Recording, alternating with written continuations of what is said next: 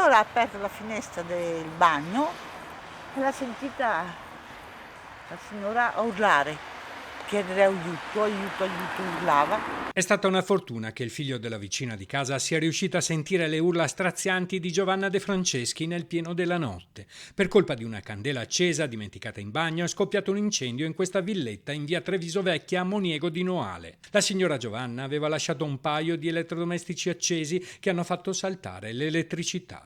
La donna ha cercato di risolvere il problema riattivando l'interruttore generale facendosi strada con la luce di una candela. Aveva acceso una candela perché erano saltate le valvole, la luce.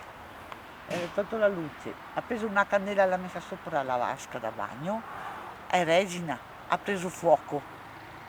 Lei ha buttato una coperta, però il fumo usciva dall'angolo. La 77enne, mentre cercava di spegnere il fuoco, è rimasta intrappolata nella stanza con le inferriate alle finestre. Le fiamme e il tanto fumo hanno messo in serio pericolo la vita dell'anziana che vive da sola in casa. Dopo le urla di aiuto, i vicini hanno chiamato i soccorsi e il figlio, che vive poco lontano. Sì, Matteo è arrivato, comunque grazie al figlio della signora che ha sentito le grida di mamma e quindi.